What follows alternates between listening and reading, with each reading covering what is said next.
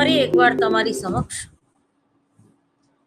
સલાહ મુલાકાત પદ્ધતિની વિશિષ્ટતાઓ અને કાઉન્સેલિંગ દરમિયાન સલાહ મુલાકાત શા માટે નોંધવામાં આવે છે, એની ખાસિયત શું છે, અને હવે એ ટોપિક થઈ ગયા પછી આપણે સલાહ મુલાકાતની જે જુદી જુદી ટેકનિક છે એના વિશે વાત કરીશું. તો સૌથી પ્રથમ તો મુલાકાત લેવી એ કલા છે.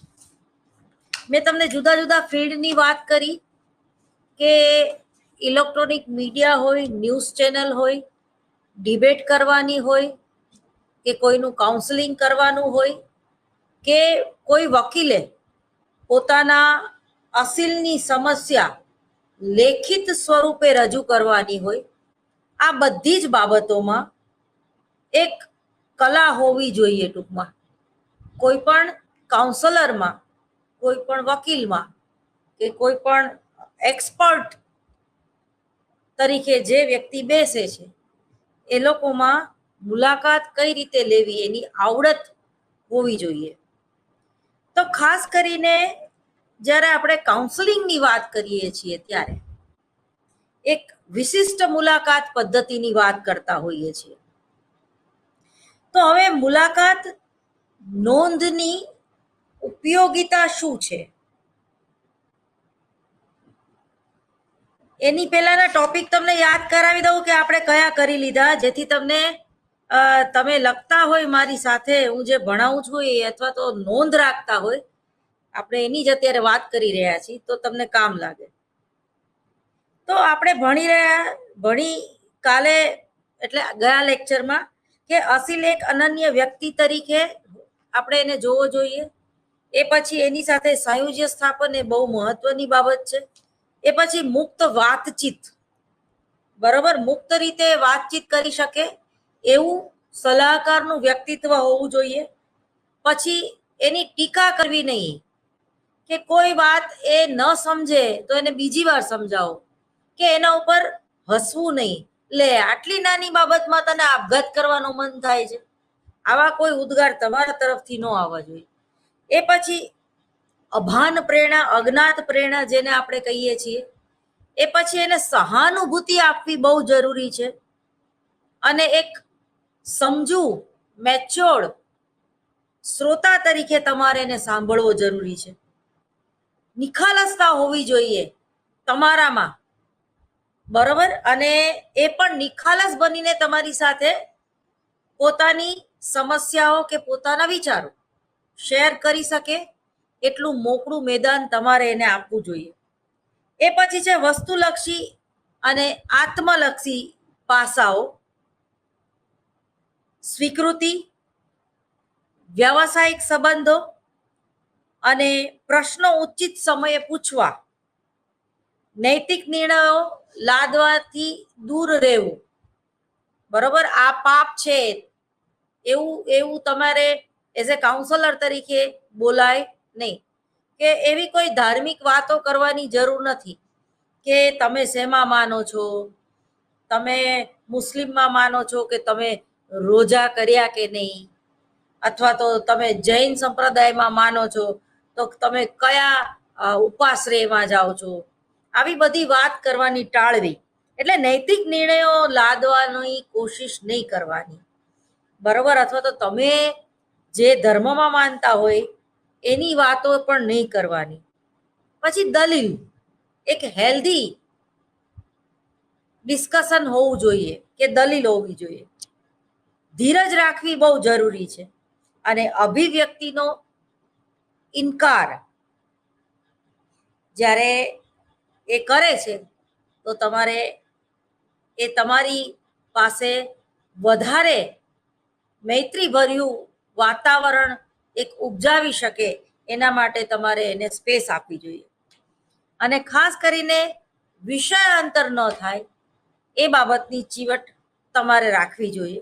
અને સલાહ મુલાકાતની નોંધ, તો એમાં પણ આપણે જુદી જુદી વાત કરી ગયા, અને હવે કરશું મુલાકાત નોંધની ઉપયોગિતા. કોઈ પણ કામ કરીએ છીએ એ શા માટે કરીએ છીએ? એ આપણને ઉપયોગી બને એના માટે. દાખલા તરીકે કોઈ પણ સંશોધનો મનોવિજ્ઞાનના હોય કે વાર્તનિક કોઈ પણ સામાજિક વિજ્ઞાનના હોય, તો એ સંશોધનો આપણે શા માટે કરીએ છીએ? કારણ કે એમાંથી તારણ મેળવીને આપણે કંઈક જાણવા માંગીએ છીએ, ભવિષ્ય કથન કરવા માંગીએ છીએ, અથવા તો ભવિષ્યમાં આવનારી સમસ્યાઓ કેવી રીતે ડામી શકાય એના વિશે લોકોમાં એક અવેરનેસ ફેલાવવા માટે સંશોધન કરતા હોઈએ છીએ. હેલ્થ સાયકોલોજી છે, પોઝિટિવ સાયકોલોજી છે, કે સલાહનું મનોવિજ્ઞાન છે, એક ખૂબ જ વ્યવહારુ વિજ્ઞાન છે. એટલે બને એટલો આપણે આપણા વિશિષ્ટ જ્ઞાનનો વ્યવહારુ ઉપયોગ કરી શકીએ એ મહત્વનું છે. ખાલી અહીંયા સંશોધન કરીને કે પ્રયોગો કરીને બેસી રહેવાતું નથી, પરંતુ એની ઉપયોગિતા જ્યાં હોય ત્યાં, જેને કહેવાય કે એપ્લાઇડ સાયકોલોજી, તો એની ઉપયોગિતા કઈ રીતે કરવી, અથવા તો એની નોંધ કરવાથી, મુલાકાત પદ્ધતિની નોંધ કરવાથી એ આપણને કેટલે હદે ઉપયોગી છે એની વાત અહીં આપણે કરીશું. તો કે છે કે મુલાકાતની નોંધથી સલાહને શું ફાયદો થાય છે? આઈ થિંક આપણે આ ટોપિક ભણી ગયા, છતાંય સેજ આપણે ટચ કરીને આગળ વધીશું. તો કે મુલાકાતની લેખિત નોંધ સલાહ કાર્ય અને તેનું મૂલ્યાંકન કરવાની, એટલે કે પોતાની નબળાઈ જે છે એમાં આપણે સુધારો લાવી શકીએ છીએ. એ પછી મુલાકાતની લેખિત નોંધ અસીલને સમજવા, તેના વિચાર સ્પષ્ટ કરવા માટે મદદરૂપ બને છે. આ ટોપિક આપણે થઈ ગયા હતા. હવે આગળ વધીશું. મુલાકાત નોંધની પદ્ધતિઓ. તો એની પદ્ધતિ છે આ પણ વિડીયો ટેપ કે ટેપ રેકોર્ડર દ્વારા એ નોંધ કરવી, એ પણ હું તમને ભણાવી ગઈ છું. એ પછી મુલાકાત પૂરી થયા બાદ નોંધ કરવાનો આગ્રહ રાખવો. સમગ્ર મુલાકાત દરમિયાન આખી પૂરી થઈ જાય એ પછી અસીલ બહાર જતો રહે એ પછી પણ તમે એ નોંધ કરી શકો છો. કેટલીક સલાહકારો માને છે કે મુલાકાત પૂરી કર્યા બાદ પણ મુલાકાતની નોંધ કરી શકાય. જેમ કે મુલાકાત દરમિયાન અસીલને સાંભળવો અને મુલાકાત પૂરી થયા પછી મુલાકાતની નોંધ કરવી, પરંતુ આમાં પણ કેટલાક જોખમો તો છે જ, એટલે એની મર્યાદાઓ છે. મુલાકાત પછીની નોંધ સ્મૃતિને આધારે થતી હોય છે, એટલે તમને, એટલે કે સલાહકારને જેટલું યાદ રહ્યું હોય છે એટલું જ એ નોંધી શકે છે. આપણે જાણીએ છીએ કે આવી નોંધમાં ઘણી બધી માહિતી છૂટી જતી હોય છે. સલાહકાર પાસે એક જ અસીલ આવે એવું બનતું નથી.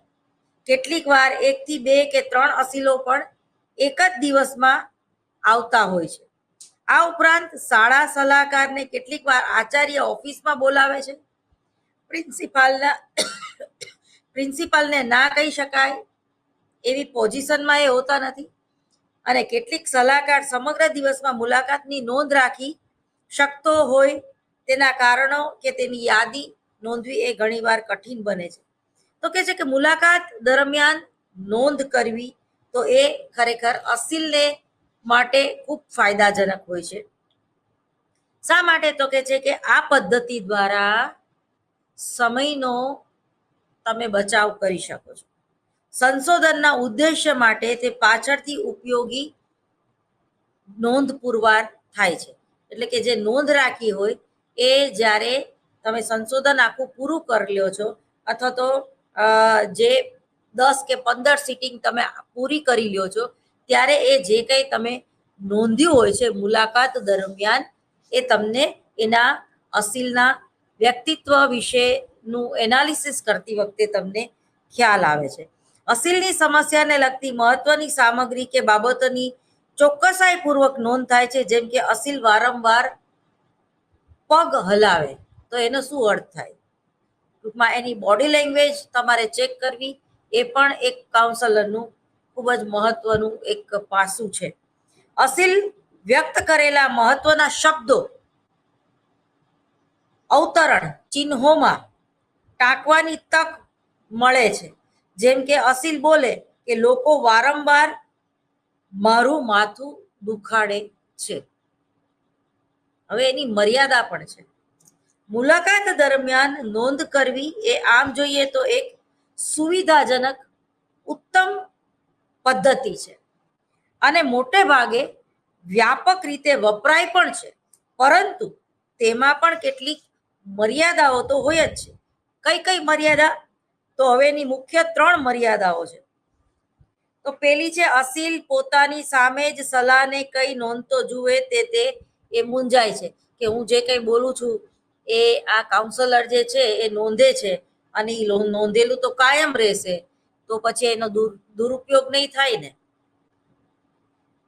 સલાહકાર ટૂંકમાં ઝડપથી નોંધવા માટે ટેવાયેલો ન હોય તો કેટલીક વિગતો નોંધવાની બાકી રહી જતી હોય છે અને આ વિગતોને યાદ કરવી પડે છે. અને આપણે જાણીએ છીએ કે કોઈ પણ વ્યક્તિને ભાગ્યે જ બધું યાદ રહેતું હોય છે, એટલે 100% યાદ રહેતું હોય છે. મુલાકાત દરમિયાન સલાહકારે 2 બાબતો પ્રત્યે ધ્યાન કેન્દ્રિત કરવાનું હોય છે. પેલું છે એક તો અસીલને સાંભળવું અને બીજું છે બીજી બાજુ અસીલના વર્તન અને વાણીની નોંધ કરવી. પરિણામે સલાહકાર મુલાકાત દરમિયાન પ્રત્યાયન ધ્યાન કેન્દ્રિત કરી શકતો નથી. હવે એનો નિષ્કર્ષ તો કે છે મુલાકાત દરમિયાન નોંધના લાભ અને ગેરલાભ બંને છે. આપણા મનમાં સવાલ થાય છે કે શું કરવું? મુલાકાત દરમિયાન નોંધેલી બાબતો ઘણીવાર બિનઉપયોગી પણ હોય છે. મુલાકાત દરમિયાન નોંધેલી પદ્ધતિ ઉત્તમ છે ખરી, પરંતુ સલાહકારે એના માટે પોતાની આગવી એટલે કે એમાં એને કોઈ પણ સલાહકારે એમાં એની વિવેક બુદ્ધિનો ઉપયોગ કરવો પડે છે.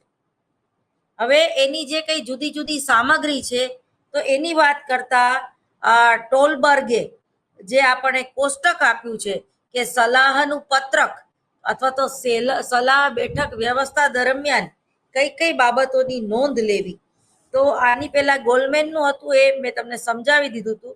તે જેમાં અસીલનું નામ લખવું, પછી તારીખ, વાર, સમય, મુલાકાત નંબર ખાસ લખવો અને સલાહકાર એટલે પોતાનું નામે લખવું, સલાહકાર કોણ હતો, જેથી કરીને ઘણીવાર સલાહકાર પણ જો ચેન્જ થઈ જાય તો એ ત્યાંથી જ એ શરૂ કરી શકે છે. મેં તમને જજનું ઉદાહરણ પણ આપ્યું હતું કે ઘણીવાર કોર્ટમાં જજ ચેન્જ થવાથી ઘણીવાર સુવિધા જો મુલાકાત એ નોંધી હોય અને લેખિત દલીલ રજૂ કરી હોય તો એના ઉપરથી પણ જજમેન્ટ લઈ શકાય છે. હવે બ્રોમેર, એબ્રોગો અને સોલ્ટ્રોમ નામના સાયકોલોજિસ્ટે ઈસવીસન 1993માં મુલાકાતના અંત માટે કેટલીક પ્રયુક્તિઓ આપણને આપી છે. એ આ પ્રમાણે છે કે મુલાકાતની સમય મર્યાદાની જાણ કરવી, મુલાકાત સંબંધોને ક્યારે અંત લાવવો તે સલાહનો કોઈ ચોક્કસ સમય હોતો નથી, એટલે એની કોઈ આચારસંહિતા હોતી નથી. જો આ સંબંધનો ઝડપથી અંત લાવી દેવામાં આવે તો અસીલ તેની પશ્ચાત ભૂમિકા ગુમાવે છે. પરિણામે આ એક પ્રકારની પરાગતિ છે. સમજાય છે શું કીધું? જોજો, સીતાનું હરણ ને હરણની સીતા ન થાય. એટલે ફટાફટ જ્યારે તમે 1 કે 2 જ સિટિંગ હોય અને ત્યારે તમે નોંધના આધારે જ માત્ર જજમેન્ટ લાવો તો એ યોગ્ય નથી, બરોબર? એની પરાગતિ થાય છે, એટલે કે પીછેહટ થાય છે. અને બીજી બાજુ જો સમાપ્ત કરવામાં ન આવે તો અસીલો સલાહકાર પ્રત્યે વધારે અધીન બની જાય છે, એટલે વધારે ડિપેન્ડન્ટ બનાવવાની પણ જરૂર નથી. જે તમારી પાસે આવે તો તમે એની જિંદગીમાં ન હોય તો એ જિંદગી જીવી જ ન શકે એવું ફીલ કરાવવાની જરૂર નથી, બરોબર? વ્યક્તિ તરીકે વૃદ્ધિ પામી શકે નહીં, એટલે એનો વિકાસનો ક્રમ અટકી જાય જો તમે તમારા ઉપર એ વધારે આધારિત થઈ જાય તો. આથી મુલાકાતની સમય મર્યાદાનો ખ્યાલ રાખી તેની જાણ અસીલને કરવી જોઈએ. ઘણીવાર અમુક સિટિંગમાં તમને બહુ જ મજા આવે એને સાંભળવાની, અથવા તો તમે બોલો એમાં એને મજા આવતી હોય, પરંતુ તમારે એક નિશ્ચિત સમય નક્કી કરેલા સમય પ્રમાણે એ સિટિંગ ત્યાં થંભાવી દેવી જોઈએ. જે રીતે તમારું 1 કલાકનું લેક્ચર હોય કે 55 મિનિટનું લેક્ચર હોય તો એ 55 મિનિટ પછી ગમે એટલી મજા આવે કે ગમે એટલું આપણને એમાંથી જાણવા કે શીખવા મળે, છતાં પણ એ 1 કલાકથી વધારે કોઈ લેક્ચર લેતું નથી. કોન્ફરન્સની વાત જુદી છે, સંશોધન પેપર રજૂ કરો તો એમાં પણ તમને 10 મિનિટનું ટાઈમ લિમિટ આપવામાં આવે છે. એટલે અને અંતે તમે કયા તારણો ઉપર આવ્યા અને એમાં પડતી મુશ્કેલીઓ અને એના સંદર્ભ ગ્રંથો આમ વગેરે વિગતો તમારે માત્ર રિસર્ચ પેપર જ્યારે તમે રજૂ કરો છો પીપીટી દ્વારા કે આમ જ વાંચીને, તો તમારે એ ટાઈમ લિમિટમાં રહેવું પડે છે. બરોબર, એટલે સમય ટૂંકમાં એક મહત્વનો ભાગ ભજવે છે. એ જ રીતે જ્યારે તમે કોઈ સંશોધન હાથમાં લ્યો છો તો એ સંશોધન તમે 8 મહિનામાં પૂરું કરશો, 12 મહિનામાં પૂરું કરશો. પીએચડીની થીસીસ લીધી હોય તો 2 વર્ષમાં પૂરી કરશો, 3 વર્ષમાં પૂરી કરશો. કારણ કે જે પછી ઘણીવાર બોરિંગ થઈ જાય. કોઈ પણ કેસ હોય એ તમે માની લો કે 2002ની સાલથી કોઈ કેસ કર્યો હોય અને 2022માં એનું જજમેન્ટ મળે, તો મોડો ન્યાય મળવો એ પણ અન્યાય છે. એ જ રીતે વધારે પડતી સિટિંગ કરવી અને વધારે પડતી દવાઓ લેવી કે જેને કહેવાય કે સાજા જ ન થાય, 2-3 વર્ષ સુધી એની દવા ચાલે રાખે કે 2-3 વર્ષ સુધી એનું કાઉન્સેલિંગ ચાલે રાખે, અથવા તો એક એવી મેન્ટાલિટી, એક એનું વલણ એવું હોય તમારા અસીલનું કે એને એમ થઈ જાય કે હું કાઉન્સેલિંગ નહીં કરાવું તો હવે મને પાછું બીક લાગવા માંડશે, અથવા તો પાછો મને આપઘાત કરવાનો વિચારો આવશે, અથવા તો પાછી હું ડિપ્રેશનમાં સરી પડીશ. એટલે એ જેમ બાળક હોય એ માની આંગળી પકડીને ચાલે, એની મેળાએ રસ્તો ક્રોસ ના કરી શકે, એવી કંઈક અહીંયા અસીલની હાલત થતી હોય છે. તો એવી હાલત ન થાય એ જવાબદારી કોઈ પણ સલાહકારની હોય છે. તો 40 થી 50 મિનિટની હોવી જોઈએ ટૂંકમાં. કેટલીક વાર તે 1 કલાકની પણ 1 કલાકથી વધારે તો ન જ હોય. અસીલને સમયની યાદ દેવડાવી શકાય છે. હવે 5 મિનિટ બાકી છે, અથવા તો તમારે ઊંધું કરવાનું. તમારે કોઈ સલાહકાર હોય એને આ હું વાત કરી રહી છું કે તમારે અસીલને સામેથી કહી દેવાનું કે 45 મિનિટ થાય ને એટલે તમે જરાક મને ટકોર કરજો ને. તો એના હિસાબે તમને પણ ખ્યાલ આવશે કે એને તમારી સલાહ કેટલી અસર કરે છે, અથવા તો તમે જે કંઈ બોલો છો એમાં એને મજા પડે છે, અથવા તો એને જવાબદારીનું ભાન છે ખરું. એ વારંવાર ઘડિયાળમાં જોવે છે કે બસ હવે મારી આગળ 10 જ મિનિટ રહી છે, હમણાં મારું આ સિટિંગ પૂરી થઈ જશે, વગેરે વગેરે. પિયોટ્રોફેલા અને હોફમેન ઈસવીસન 1984માં જણાવ્યું હતું કે કેટલીક વાર સેક્રેટરી બેલ વગાડીને કે એલાર્મ દ્વારા આની જાણ અસીલને કરે છે.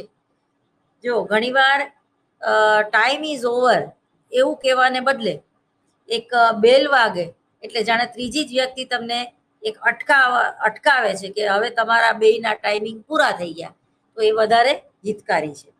ખરેખર તો મુલાકાતના પ્રારંભ પહેલા જ અસીલને કહી દેવાનું હોય છે કે મુલાકાત કેટલા સમયની છે, મેં તમને કીધું એમ. ત્યારબાદ જરૂર લાગે તો બીજી મુલાકાત ગોઠવી શકાય છે.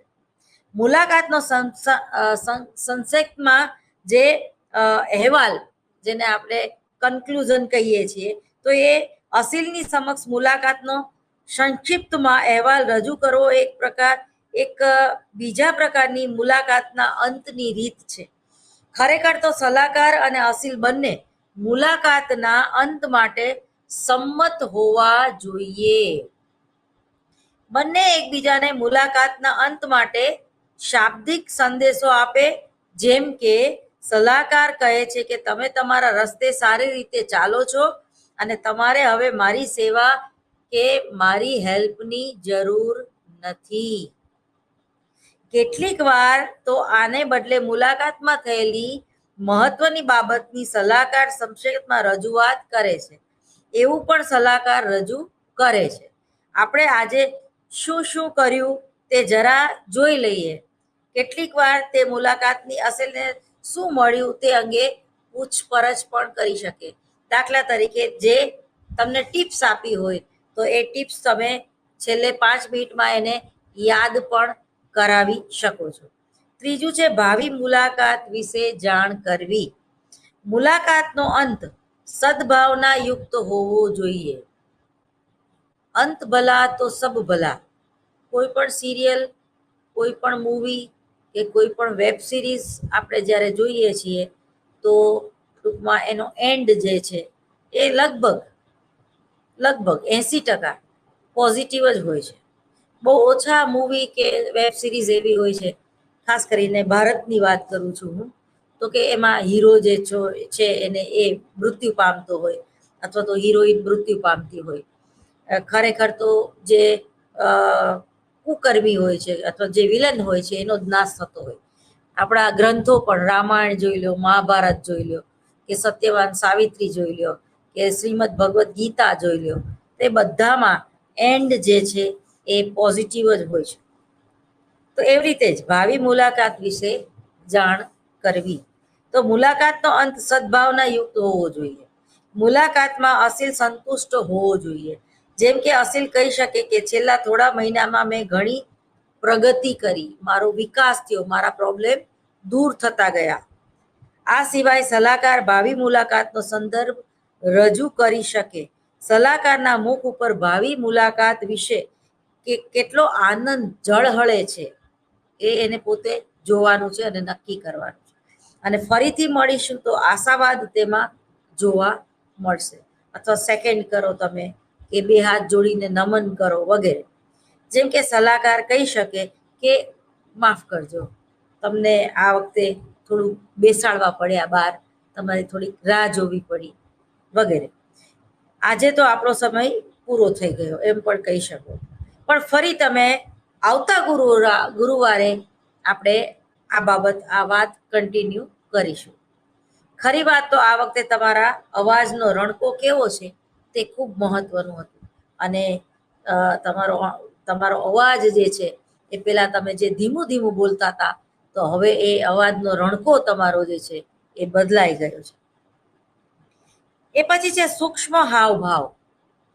કહેવાય છે કે ચહેરો દર્પણ છે. સલાહકારે ચહેરા ઉપર એવા ભાવ લાવવા જોઈએ કે મુલાકાતનો અંત આવી ગયો છે, બોડી લેંગ્વેજ દ્વારા.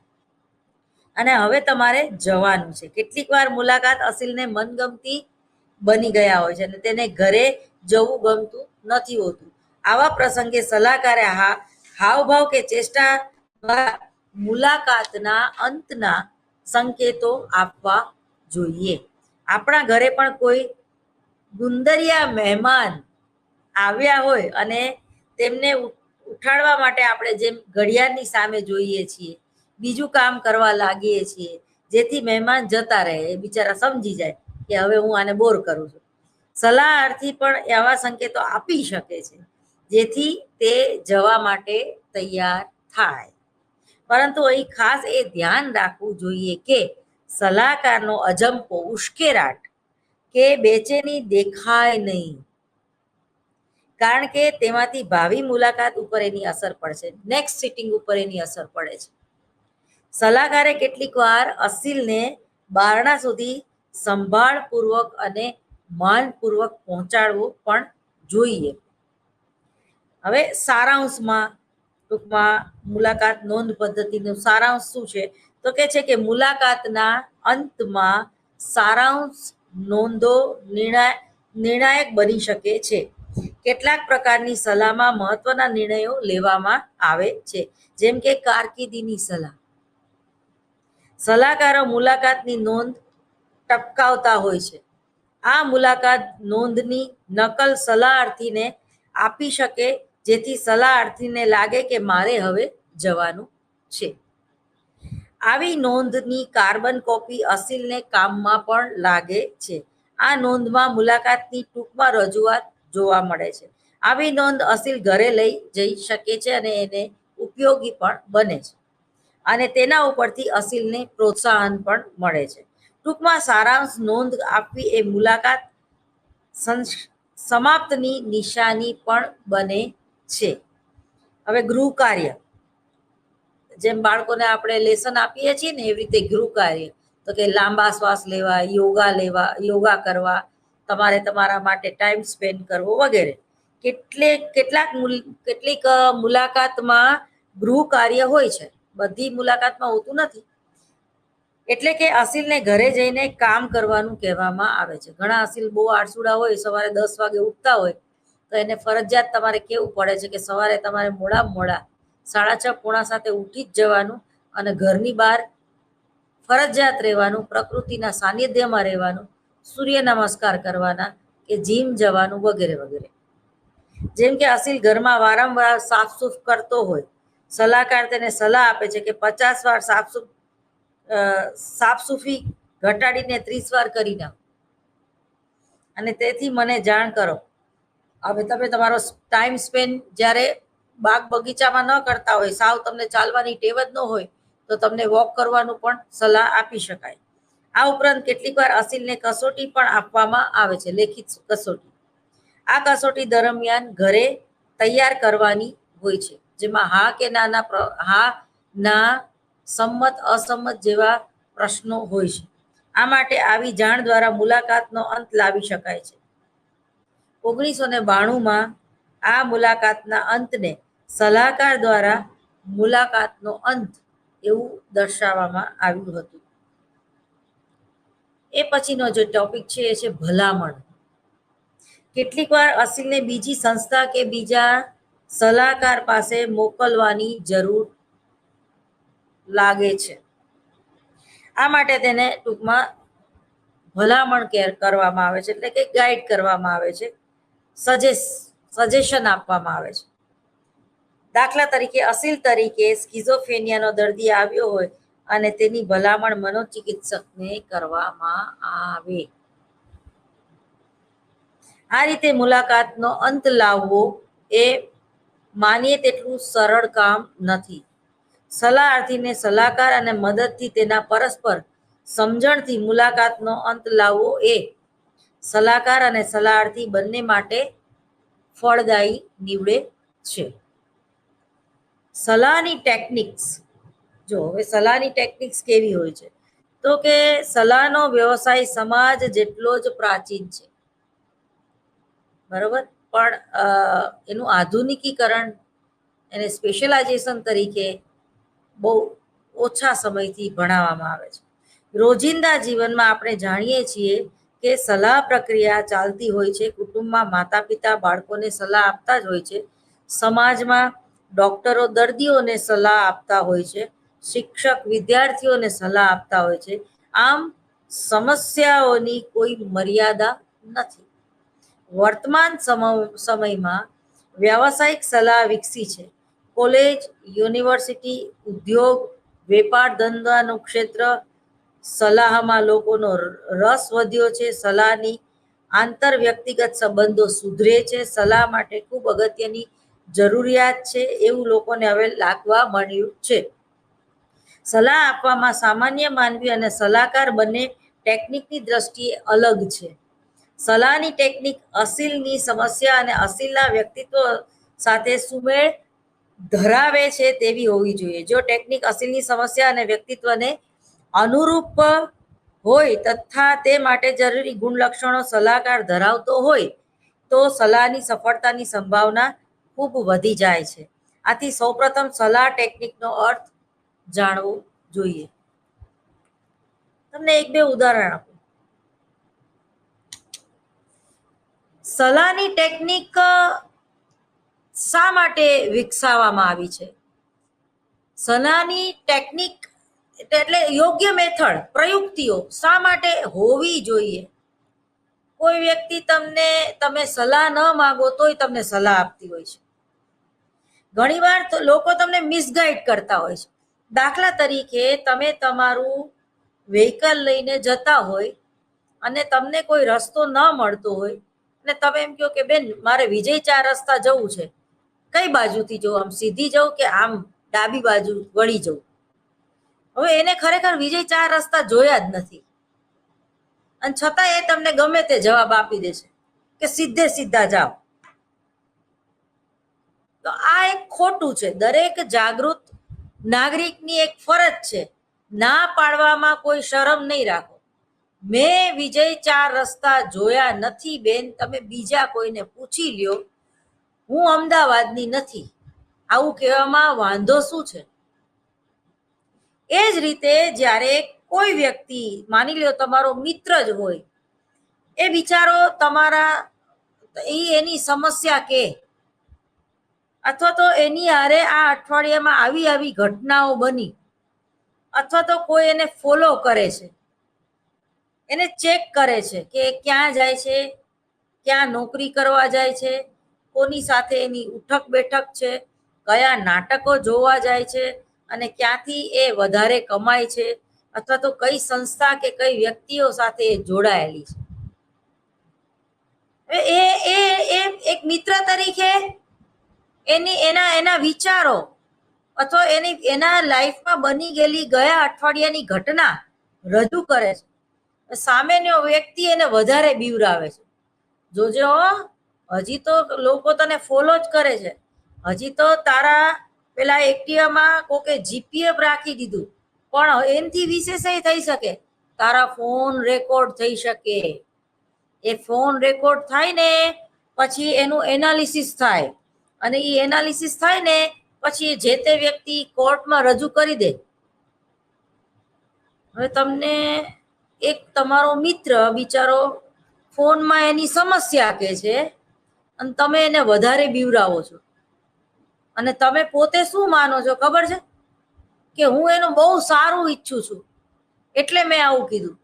એટલે કોઈ વ્યક્તિ તમારો મિત્ર એમ કે મને છાતીમાં દુખે છે, યાર મને એટેક તો નહીં આવે ને? તમે શું કહો? જોજે હો, બધાને છાતીમાં દુખતું હોય ને બધાને એટેક જ આવે છે. 100% તને માઇલ્ડ એટેક આવી ગયો હશે, તું ચેક કરાવી લે. આવું કહેવાય? એમ કહેવાય કે યાર ગેસનો પ્રોબ્લેમ એ હોઈ શકે, તું નેગેટિવ થિંકિંગ નહીં કર, પણ તને સમય મળે ને ત્યારે એકવાર કાર્ડિયો કઢાવી લે. એમ સારી રીતે કહેવાય. પણ તમે કહો હા ઓ હમણાં જ પાડોશી મરી ગયા, બોલો, એ એમ જ કહેતા હતા કે હજી તો સવારે જોયા હતા, આજે નહોતા. બોલો, રાત્રે હું અગ્નિદા દેવા ગયો એને. એટલે ઘણા માણસો છે ને, જ્યાં બળતું હોય ને ત્યાં ઘી હોમવા જાય. એને પોતાનો એક સ્વભાવ થઈ ગયો, એને પાછું એવું મનમાં ન હોય કે હું એને દુખી કરું, પણ એનું ઘડતર જ એના વ્યક્તિત્વનું ઘડતર જ એવી રીતે થયું હોય કે કોઈની સમસ્યામાં એને ગેરમાર્ગે દોરે. એને સલાહ આપતા ન આવડતી હોય, પણ પોતાનું મહત્વ દેખાડવા માટે એને એમ થાય કે હું આને કંઈક કહું. પણ એવું કંઈક કહેવાની જરૂર નથી. પર્ટિક્યુલર તમારે તમારી આગળ તમે જો વકીલ હોય, તમે જો ડોક્ટર હોય, અને તમે જો સલાહની ટેકનિક જાણતા હોય તો જ તમે એને કહો. હા, સામાન્ય તમે તમારા મિત્રને સલાહ આપી શકો કે ભાઈ તને આ આંખના નંબર વધી ગયા ને તો ફલાણું કર ને બાપા, ત્રિફલા પીને, એવી સલાહ આપી શકો. પણ જ્યાં કોઈના કોર્ટ કેસ કે ગંભીર બાબતો ચાલતી હોય અને એમાં જ્યારે તમે ચંચુપાત કરો છો, ત્યારે ઓલી વ્યક્તિ જે છે એ તમારી સાથે વાત કરીને વધારે કન્ફ્યુઝ થાય છે. અને જે લોકોને ખરેખર કોઈ આવી સમસ્યા ચાલતી હોય તો મહેરબાની કરીને, ભલે તમારો પરમ મિત્ર હોય, ભલે તમારો હિતેચ્છુ જ હોય, બરોબર, છતાંય તમને એમ લાગતું હોય કે આનામાં બુદ્ધિ ઓછી છે, અથવા તો આ દોડડાયો છે, અથવા તો એ પોતાનું મહત્વ દેખાડવા તમને ગમે એ ગેરમાર્ગે દોડશે, અથવા તો આનો સ્વભાવ આવો છે, એકવાર તમને ખબર પડી જાય તો તમે મહેરબાની કરીને એની હારે સામાન્ય વાતચીત કરો. પરંતુ તમારી સમસ્યા અથવા તો તમે અનુભવેલો એક બેડ એક્સપિરિયન્સ એની સાથે શેર મહેરબાની કરીને નહીં કરો. હેલ્થ પ્રોબ્લેમ તમને થયો હોય અને તમે સામાન્ય તમારી બાજુમાં બેઠેલી વ્યક્તિ સ્ટાફ રૂમમાં બેઠેલી હોય અને એને તમે એમ કહો કે ભાઈ મને તો ચિકનગુનિયા હોય એવું લાગે છે, આજે આખું શરીર તૂટે છે. હા હો, તને ચિકનગુનિયા જ હશે, બોલ, અત્યારે વાયરલ છે. આવું કહેનારી વ્યક્તિ હોય ને એને મહેરબાની કરીને ફરિયાદ કરવાનું ટાળો. કે મને આખું શરીર દુખે છે. નહીં દુખતું હોય ને તોય દુખવા માંડશે. એ એમ કે છે ક્યાં દુખે છે, જો તો અહીંયા દુખે, દબાવ તો અહીંયા દુખે છે, અહીંયા દુખે છે, અહીંયા દુખે છે, અહીંયા દુખે છે. પછી ખબર પડે કે આંગળીમાં ચપ્પુ વાગ્યું હતું ને હાડું ઈ દુખે, આખા શરીરમાં ક્યાંય નથી દુખતું. એટલે ઘણીવાર આવી વ્યક્તિઓ પણ તમારા ગ્રુપમાં હોય છે, પણ એ વ્યક્તિઓ અંદરથી ખરાબ નથી હોતી, પરંતુ એનો સ્વભાવ એવો હોય છે કે એ તમે તમારું અહિત 50% હોય ને તો તમારું અહિત 80% થઈ ગયું છે એ રીતે તમારી યારે વાત કરે. હા હો, તારું ઇન્વેસ્ટિગેશન થાય છે, કોઈએ અરજી કરી છે તારા વિરુદ્ધ. આ એને એની મનસુખ હોય છે, મન ઘડત કહાનિયા. ખરેખર કોઈ તમારી વિરુદ્ધ કઈ, કારણ કે આ કે ને કે લોક ક્યાં કહેંગે, આ એના જેવું છે.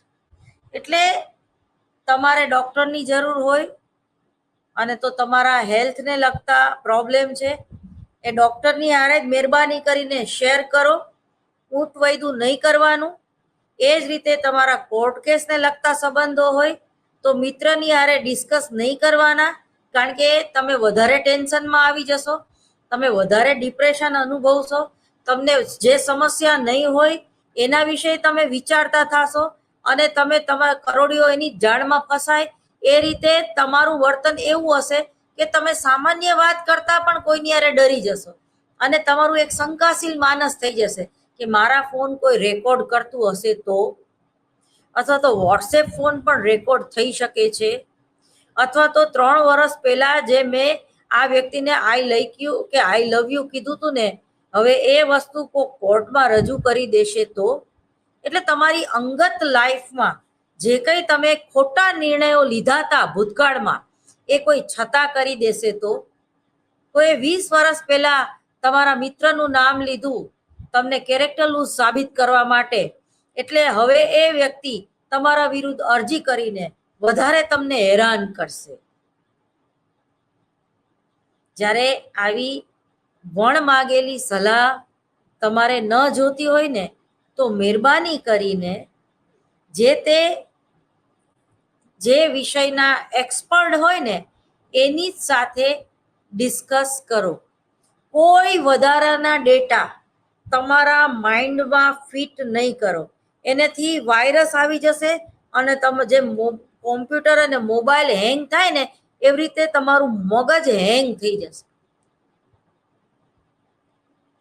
ખોટી વાતચીત કરવાનું ટાળો, અને ખાસ કરીને મોબાઈલમાં જ્યારે કોઈની ચાડી ચુગલી કરે તો એમાં તમે કંઈ જ એને હેલ્પ ના કરો કે કંઈ જ રિએક્ટ ના કરો અને સહન થાય ત્યાં સુધી સાંભળો. પછી એક કક્ષાએ સારી રીતે એને સમજાવી દો કે કાયમ તું યાર આપણી ઓલી ત્રીજી બેનપણી નથી હોતી અને એનું ખરાબ બોલસ ને તો એમાં આપણે ચલો એના સ્વભાવમાં તો આપણે ફેરફાર નથી, તો આપણે સુધરી જવું જોઈએ. કમસે કમ આપણે બે તો એનું ખરાબ ન બોલીએ. ઈ તને મળે ત્યારે મારું ભલે ખરાબ બોલે, મને વાંધો નથી, પણ આપણે બે ભેગા થઈને એનું ખરાબ નથી બોલવું. આવું કરવાથી તમે એક રિલેક્સ મૂડમાં રહી શકશો. અને જે લવ ઓફ એટ્રેક્શન છે સમગ્ર બ્રહ્માંડમાં એક કામ કરવા માંડશે. લવ ઓફ એટ્રેક્શનના જુદા જુદા 5 નિયમો છે. જેમ આ સલાહની ટેકનિક છે ને એ રીતે એના પણ એક 5 નિયમો છે. એ કઈ રીતે કામ કરે છે એના વિશે ક્યારેક આપણે વાત કરીશું, કારણ કે હું જે કંઈ અહીંયાથી બોલું છું એ તમે સાંભળી રહ્યા છો, બરોબર. આ એક ડિસ્ટન્સ લર્નિંગ દ્વારા પણ તમે એને સાંભળી રહ્યા છો અને આ રૂમમાં પણ મારો અવાજ છે એ ગુંજે છે અને એ અવાજની 45 મિનિટ સુધી જબરજસ્ત અસર રહે છે. જેમ જેમ સમય વીતતો જાય એમ એ અવાજ તો અખંડ રહે છે, પરંતુ એની ઇફેક્ટ ઓછી થતી જાય છે. હવે એ ઇફેક્ટ ઓછી ન કરવી હોય તો એને કહેવાય ઇકો સાઉન્ડ. ઇકો સાઉન્ડ એટલે શું?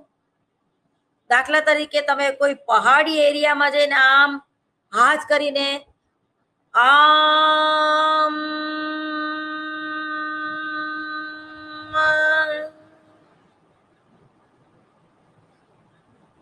તો એ પહાડી એરિયાના હોવાના હિસાબે સામે પણ તમને એમ સમજાય કે ઓમ ઓમ, અથવા તો આપણે હલો માઇક ટેસ્ટિંગ કરતા હોય ત્યારે આપણે ઇકો સાઉન્ડ જોતો હોય તો એ એક વિશેષ રીતે એનું એડજસ્ટમેન્ટ કરીએ છીએ. તો એ જ રીતે તમારા વિચારોનો ઇકો તમારા ઉપર પડે છે. તમે જ્યારે પોઝિટિવ થિંકિંગ કરી રહ્યા છો તો સામેથી પણ એક પોઝિટિવ વાઇબ્રેશન જ તમારી સાથે આવીને જોડાશે. પરંતુ તમે કોઈ પરિસ્થિતિ, કોઈ વ્યક્તિ કે કોઈ જજ કે કોઈ મિત્ર વિશે શંકા રાખશો કે ભાઈ ભલું પૂછું મારા વિરુદ્ધ પણ જજમેન્ટ આવે, મારા વિરુદ્ધ પણ મારો મિત્ર બોલી શકે, મારા વિરુદ્ધ પણ મારો વકીલ જઈ શકે, તો એ જે શંકા છે એટલે તરત જ એ લવ ઓફ એટ્રેક્શન, કોઈ પણ વિચારોને પણ તમે પુસ્તકને પણ, એટલે એ જે એ પોતાનું પેકેજ લઈને જે બ્રહ્માંડ આવે છે, તમારું પાર્સલ લઈને જે બ્રહ્માંડ તમારી પાસે આવે છે, એ તમે શક કરો છો, શંકા કરો છો અને આત્મવિશ્વાસ નથી તમને તમારા ઉપર કે તમારા મિત્ર ઉપર કે તમારા જજ ઉપર કે તમારા કર્મો ઉપર, તો એ તરત જ એ જે પાર્સલ છે એ રોકાઈ જાય છે. તો ખાસ જ્યારે કોઈ ટેકનિકનો તમે ઉપયોગ કરો છો તો એ ટેકનિક ઉપર તમારે પૂરી શ્રદ્ધા રાખવી પડે છે, પૂરો વિશ્વાસ રાખવો પડે છે, ત્યારે એ ટેકનિક કામ કરે છે. જેમ કે હિલિંગ મેથડ, જેને પ્રાણ શક્તિ કહી છે, ઉર્જા, રેકી. પણ જો એ રેકી તમારી છઠ્ઠી ઇન્દ્રિય કે તમારી ઓરા જે છે એ ડિસ્ટર્બ હોય કે તમારી આધ્યાત્મિક બુદ્ધિ એટલી પાવરફુલ ન હોય ત્યારે તમે એને ઝીલી શકતા નથી. તમે બ્રહ્મ મુહૂર્તમાં ઉઠી જતા હોય તો તમારી પ્રગતિ થવાની છે એવો એક સંકેત તમને બ્રહ્માંડ આપે છે. વોશરૂમ જવા માટે કોઈ 3:30 પોણા 4 ઉઠી જાય, અથવા તો એમનેમ જ એની આંખ ખુલી જાય, તો આળસ કર્યા વગર તમારે ધ્યાનમાં બેસી જવું જોઈએ 20 કે 25 મિનિટ માટે. પછી કદાચ પાછા બહુ એવું લાગે તો સૂઈ જાઓ. પણ જ્યારે તમે બ્રહ્મ મુહૂર્તમાં ઉઠી જાઓ છો ત્યારે તમારી સાથે કંઈક ભવિષ્યમાં સારું થવાનો સંકેત છે. હવે તમારા ઘર આગળ કોઈ પાર્સલ દેવા આવે, બેલ મારે અને તમે બેલ સાંભળવા છતાં તમારી આળસને કારણે બારણું ખોલવા જાવ જ નહીં, તો શું થાય? એ પાર્સલ વાળો છે એ જતો રહેશે. પછી બીજે દિવસે બિચારો આવે, બીજે દિવસે તમે બેલ બંધ કરી દો, ડિસ્ટર્બ થાય છે, બીજે દિવસે પાર્સલ વાળો જતો રહેશે. પછી ડિલિવર કે તમારા ખાતામાંથી 200 રૂપિયા કપાઈ ગયેલ છે કારણ કે 2 કે 3 વાર તમારા ઘરે એમેઝોનનું પાર્સલ આવ્યું, તમે રિસીવ કર્યું નથી, અથવા તો કેન્સલ થઈ જશે. એ રીતે જ્યારે બ્રહ્મ મુહૂર્તમાં રોજ તમારી આંખ તમે જાગી જતા હોય, આંખ ખુલી જતી હોય અને તમે પાછા પરાણે સૂવાની કોશિશ કરો છો, તો જે બ્રહ્માંડમાંથી જે એક પોઝિટિવ ઉર્જા, પ્રાણ શક્તિ, એનર્જી જે તમારામાં ટ્રાન્સફર થવાની હતી, જે દેવ અને દેવતાઓ જે આશીર્વાદ દેવા તમને આવ્યા હતા તમારા ઘર આંગણે, અને તમે ઊંધા ફરીને પાછા સૂઈ ગયા, તો આ એક સાયન્સ છે, આ એક સાયકોલોજી છે, આ એક લવ ઓફ એટ્રેક્શનનો એક નિયમ મેં તમને કીધો. અવેરનેસ હોવી જોઈએ તમારામાં. સ્વસભાનતા, વ્યક્તિગત ભિન્નતાના ચેપ્ટરમાં મેં તમને ભણાવ્યું સ્વસભાનતા એટલે શું. તો કોઈ પણ સલાહની ટેકનિકનો જ્યારે તમે ઉપયોગ કરો છો ત્યારે પણ તમારામાં સ્વસભાનતા હોવી જોઈએ. તો હવે જે સલાહની ટેકનિક છે એના વિશે આપણે વાત કરીશું. સલાહનો વ્યવસાય સમાજ જેટલો જ પ્રાચીન છે. રોજિંદા જીવનમાં આપણે જાણીએ છીએ કે સલાહની પ્રક્રિયા ચાલતી જ હોય છે. આ હું વાંચી ગઈ, બરાબર. હવે દાખલા તરીકે તમે જુઓ, જેનું ગળાનું ચક્ર, એટલે આને વિશુદ્ધ, આને સ્વાધિષ્ઠાન ચક્ર કહેવાય. આ પાવરફુલ હોય ને તો એની સલાહ વધારે ઇફેક્ટિવ હોય છે. યુવાનોની સલાહ આપણને વધારે ઇફેક્ટિવ લાગે. યુવા વર્ગ, હવે તમે યુવાન કોને કહેશો? તો કે સરકારે તો 18 થી 35 વર્ષની ઉંમરમાં જે લોકો આવતા હોય ને એને જ યુવાન તરીકે દર્શાવ્યા છે. પણ ખરેખર યુવાન કોને કહેવાય? તો એમાં આપણા ભારતની 3 દાઢીને હું બહુ પસંદ કરું છું, જેને હું ખરા અર્થમાં યુવાન કહું છું. એક તો આપણા નરેન્દ્રભાઈ દામોદરદાસ મોદી, નરેન્દ્ર મોદી, આપણા વડાપ્રધાન, આપણા દેશનું ગૌરવ, સદાબહાર એમનું વ્યક્તિત્વ છે, દેવાનંદ જેવું. એ 72 વર્ષના થયા છતાં પણ જ્યારથી એ મિનિસ્ટર બન્યા છે ત્યારથી એમણે એક પણ વાર રજા નથી લીધી. તમને નવાઈ લાગશે, એ માંદા નહીં પડતા હોય. રક્ષા શક્તિ યુનિવર્સિટી, યોગ યુનિવર્સિટી, ઇગ્નો યુનિવર્સિટીમાં ડોક્ટર નેહા રાવલે એક પણ વાર રજા ન લીધી હોય એવું બને? તો એ વ્યક્તિ કેવી કહેવાય કે એને એક પણ વાર રજા નથી લીધી. અને હમણાં ગયા મહિને તો સૌરાષ્ટ્રમાં 7 જગ્યાએ, એક દિવસમાં 7 જગ્યાએ, જુદી જુદી જગ્યાએ એમની મીટિંગ હતી. તો એ માણસ બોલતા થાકતો નહીં હોય? અત્યારે 1 કલાકના લેક્ચરમાં તમારી સામે જ અડધો ગ્લાસ પાણી પી ગઈ. તમે મોદી સાહેબને ક્યારેય પાણી પીતા જોયા છે? કન્ટિન્યુઅસ 3 કે 4 કલાક બોલે તોય પાણી નથી પીતા. તો એનામાં એની એનર્જી લેવલ જુઓ તમે. એટલે હું એને યુવાન કહું છું. બીજું જે વ્યક્તિત્વ છે એ અમિતાભ બચ્ચન.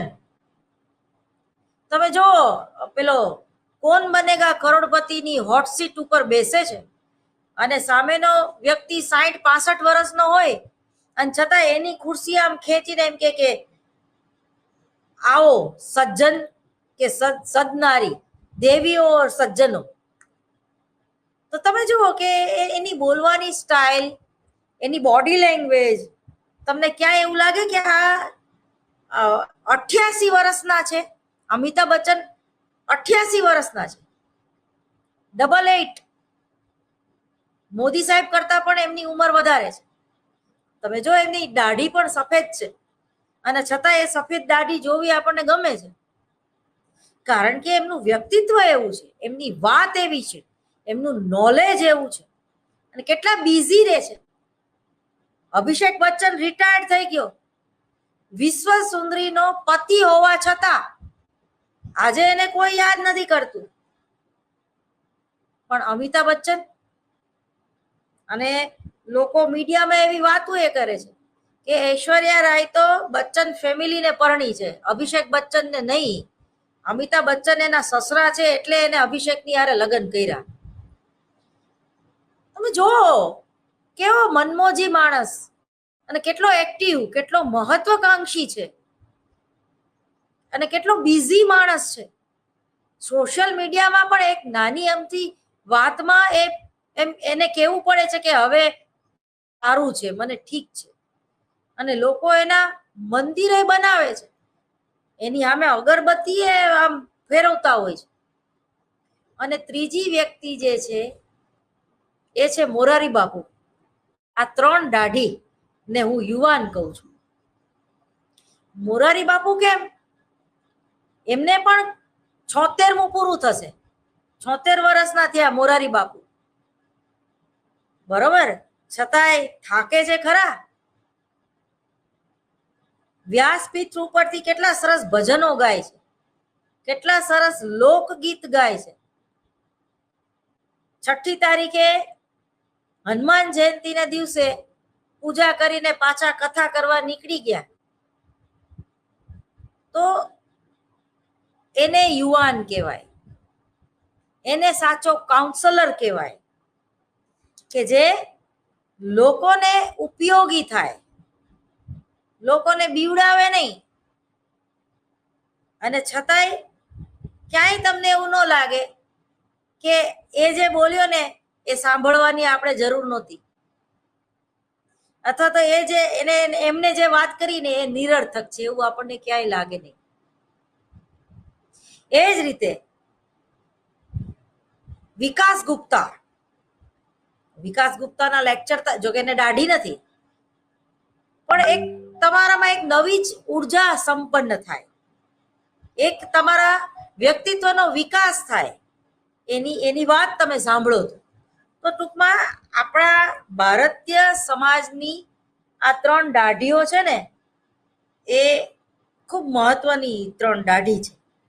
અને એ 3 દાઢીને હું યુવાન કહું છું.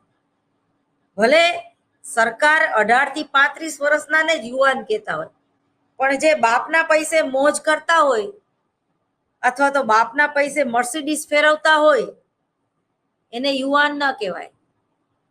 જે 11 વાગ્યા સુધી જે તે હોટલોમાં બેસીને કે જે તે ગંદી જગ્યાઓમાં બેસીને 4-5 પેક દારૂ ના પીવે, પૈસાનો દુરુપયોગ કરે, એને યુવાન ન કહેવાય. કહેવાનો મતલબ એમ છે કે તમારે શું કરવું છે તમારા જીવનમાં, તમારે કેવું જીવવું છે, અને તમારે કોઈની પ્રેરણા બનીને જીવવું છે. એ કલા ગુણવંત શાહ પાસે પણ છે. કેટલા સારા લેખક અને રાઇટર જેને આપણે કહીએ, એના લેખ વાંચવાથી પણ તમને ઘણું જ્ઞાન મળે છે. ઓશોના વિચારો, એ પણ દાઢી, એ પણ આપણા ભારતીય સમાજનું ગૌરવ જ માનું છું. તો એવા ઘણા લોકો છે કે જેને આપણે આપણા જીવનનું રોલ મોડલ બનાવીને એના જેવું જીવતા શીખીએ. એ જ રીતે રેખા, તો રેખા તમે જો સદાબહાર, એ 80 વર્ષની થઈ હશે અત્યારે, બરોબર. બચ્ચન અને રેખા બેયનો જન્મદિવસ એક જ દિવસ આગળ પાછળ છે, બંને એકબીજાના અખૂટ પ્રેમમાં છે અને બંને એક્ટિવ પર્સનાલિટી છે. ટૂંકમાં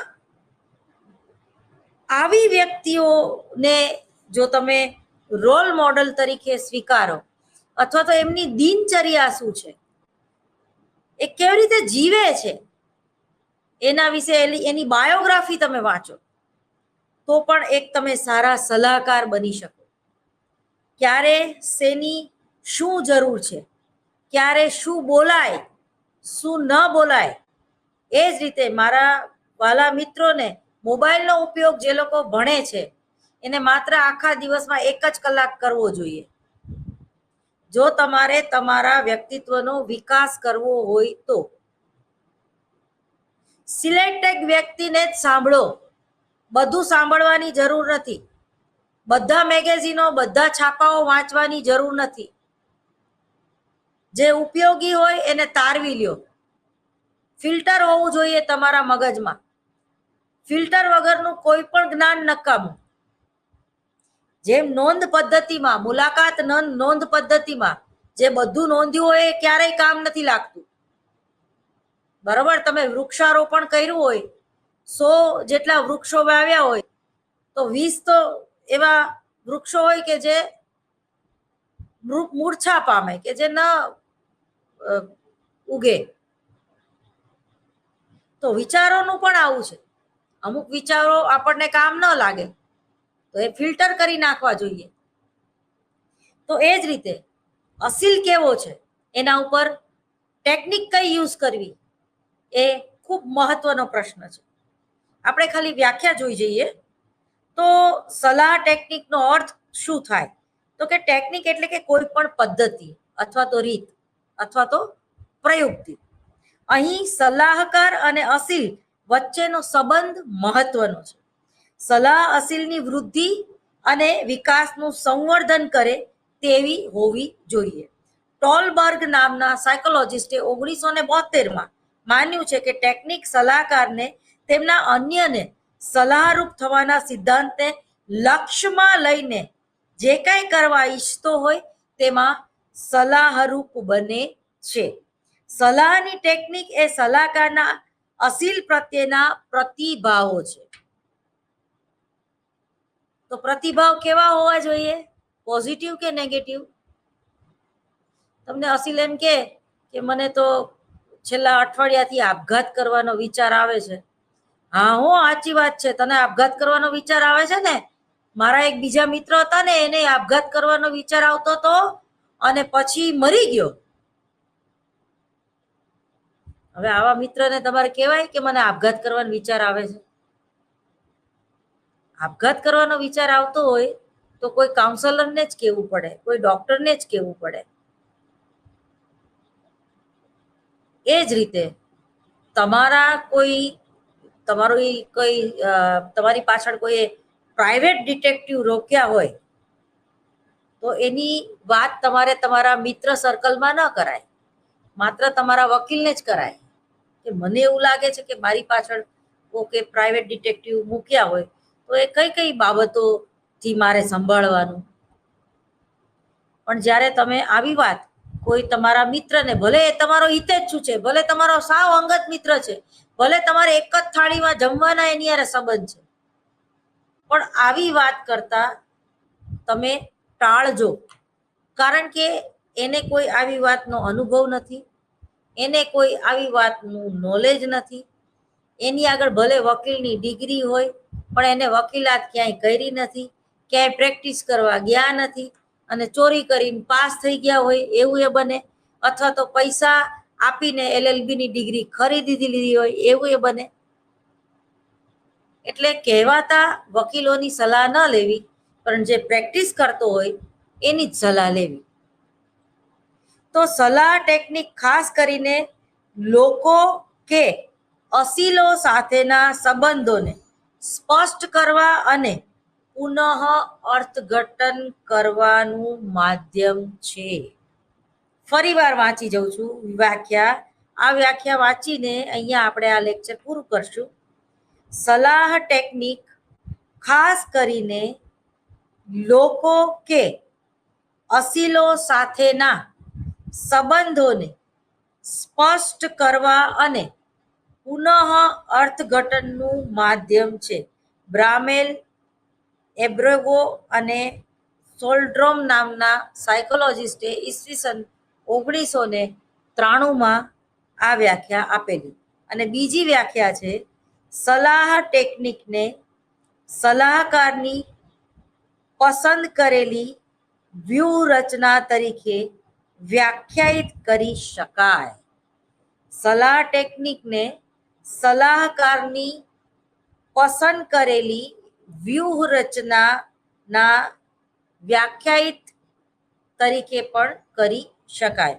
એ આપી વ્યાખ્યા બેલ્કિન નામના સાયકોલોજિસ્ટે. ત્રીજી વ્યાખ્યા છે, સલાહ ટેકનિક એ સલાહકાર સલાહ બેઠકમાં જે કંઈ પણ કાર્ય કરે છે તે.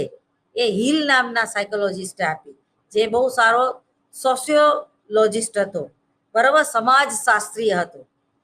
ચોથું છે, સલાહ ટેકનિક એક ચોક્કસ સાધન કે પદ્ધતિ છે જે સલાહકાર અસરકારક સલાહને સુગમ બનાવવા કે અસીલને વિધાયક વર્તન પરિવર્તન માટે ઉપયોગમાં લે છે. હાર્પેલ નામના સાયકોલોજિસ્ટે આની વ્યાખ્યા આપી. હવે આપણે આના પછીના લેક્ચરમાં આગળ ભણીશું. નમસ્કાર.